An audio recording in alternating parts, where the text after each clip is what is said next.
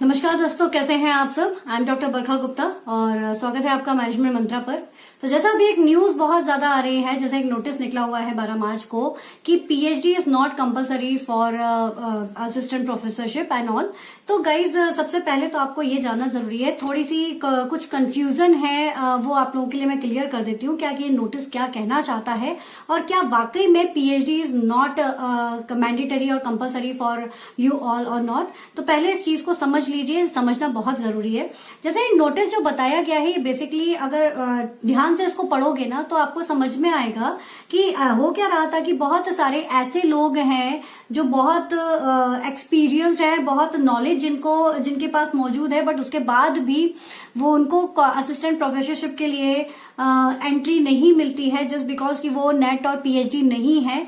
ठीक है ना। तो ये कंडीशन हो रही थी, तो उसके चलते उन लोगों के लिए स्पेशली जो वो एक्सपर्टाइज है उनके लिए ये स्पेशली एक तरह से कह सकते हो कि वो नोटिस निकला हुआ है।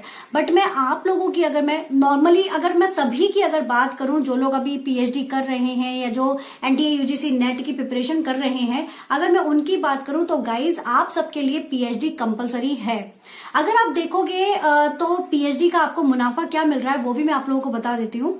होता क्या है ना कि देखो, आप भी जानते हो कि लाइक आप और आपकी कैटेगरीज के ही सिर्फ नेट क्लियर किया हुआ और यूजीसी जो आपका जेआरएफ है वो जेआरएफ क्लियर किया हुआ कैंडिडेट और साथ ही साथ कोई पीएचडी का कैंडिडेट अगर इंटरव्यू देने जाएगा तो आप खुद सोच के देखो कि प्रेफरेंस किसको ज्यादा मिलेगा यूनिवर्सिटीज में, किसको मिलेगा। सोचिए, आप अंदर गए, आप जानते हैं कि अकॉर्डिंग टू यूजीसी रेगुलेशन 2018 इसके अकॉर्डिंग अगर आप देखोगे तो एक क्राइटेरिया डिसाइडेड किया हुआ है इंटरव्यू का, जिसमें अभी भी कोई भी बदलाव नहीं आया है।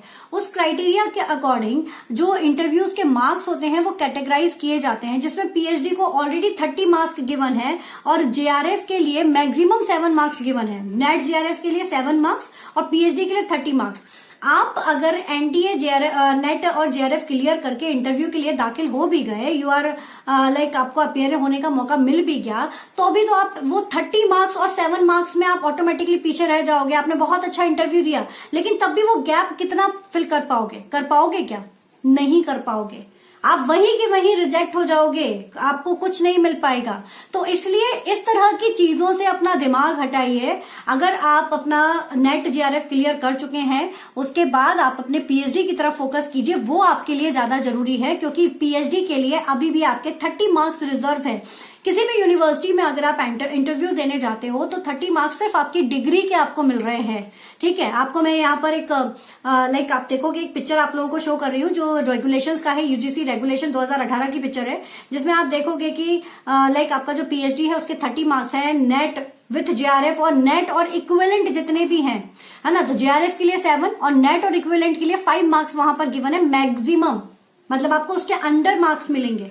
तो हाउ इट्स पॉसिबल कि आप उसे कंपीट कर पाओ। तो इसलिए इस तरह की नोटिस के ऊपर ध्यान ना देते हुए आप लोग अपनी तैयारी पर फोकस कीजिए। आपका टास्क है, आपको नॉलेज गेन करना है, आपको आगे बढ़ना है, आपको आपकी असिस्टेंट प्रोफेसरशिप से एसोसिएट प्रोफेसर्स की तरफ आगे बढ़ना है। उस तरफ आप ध्यान दीजिए, वो आपके लिए ज्यादा जरूरी है। और अगर मैं और सिंपल लैंग्वेज में आपको बताऊं तो और ज्यादा सिंपल लैंग्वेज में अगर आप समझना चाहते हैं तो इतना समझ लीजिए कि अगर आप नेट जेआरएफ करते हो या नहीं भी करते हैं तो आपको असिस्टेंट प्रोफेसरशिप के लिए एंट्री तो मिल जाएगी बट प्रमोशन नहीं मिलेगा।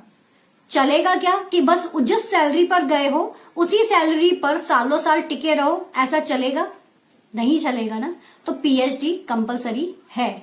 ठीक है, पीएचडी कंपलसरी है, नेट जेआरएफ कंपलसरी है, क्योंकि जेआरएफ से पीएचडी करते हो तो फायदा क्या मिल रहा है? आपको एक वैल्यू मिल जाएगी, एक वेटेज मिल जाएगा। मैं खुद इंटरव्यूज पैनल्स में कई बार बैठ चुकी हूं, आई नो कि मार्किंग कैसे की जाती है। ठीक है, मैंने इंटरव्यूज दिए भी हैं और मैं इंटरव्यूज के साथ में बैठी भी हूं इंटरव्यूअर्स के साथ में। तो आई नो कि किस तरह का क्राइटेरिया उनका बना हुआ रहता है, किस तरह की मार्किंग उसमें फिल होती है। तो विदाउट आपका पीएचडी आपको कोई पूछेगा भी नहीं जब आप एक बढ़िया से कॉलेज या बढ़िया से यूनिवर्सिटीज में अगर आप अप्लाई करने जाते हो। तो इस तरह की नोटिस को साइड में रखिए, जिनके लिए वो फायदेमंद है उनके लिए रहने दीजिए। जो लोग तैयारी कर रहे हैं और जो आगे अपना पीएचडी करना चाहते हैं, they focus on your study, इसकी तरफ फोकस ना करिए। ठीक है, चलिए, ऑल द बेस्ट।